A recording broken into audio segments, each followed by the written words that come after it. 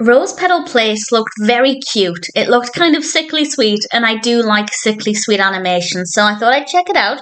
And it's okay. The animation is nice, the concept is nice, the narrative is not the most engaging, but it was still quite sweet. This was released in 1984.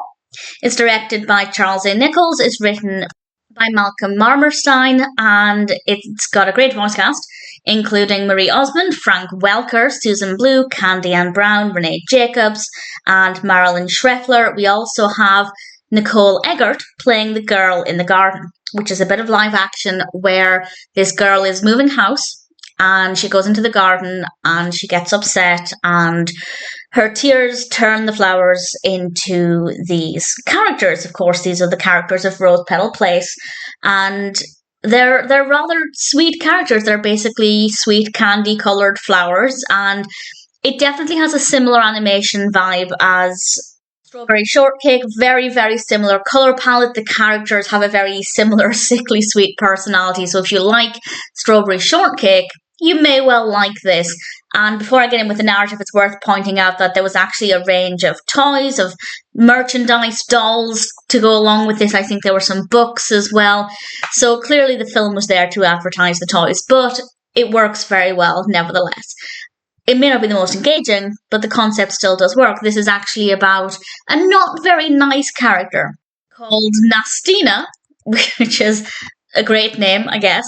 And she's trying to steal the voice of Rose Petal, and she's not a very nice character at all.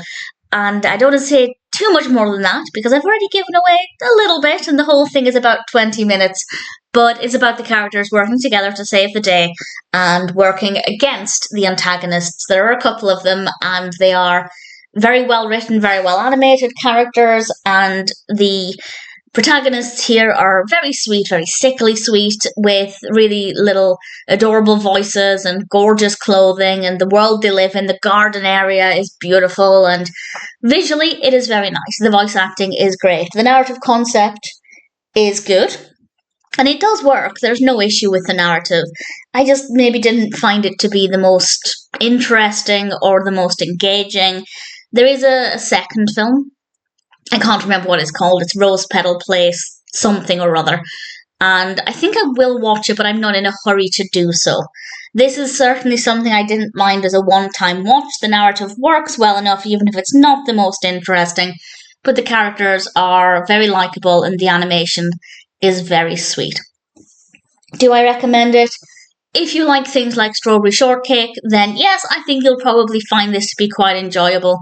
It's not the best, but it's sweet enough and the narrative is interesting enough. But again, maybe not the most engaging. But nevertheless, Rose Petal Place was a sweet discovery, and I will watch the second film at some point. But for now, I guess I'm pleased to say I've seen the first one. I won't be watching it again, but if it sounds like it would appeal to you, the animation style certainly, I think you might like. The narrative could go either way. For me, it wasn't brilliant, but again, it's not bad. There's nothing wrong with it. But the animation and the voice acting are both great. So if it appeals, I'd say Rose Petal Place might be one that's worth watching.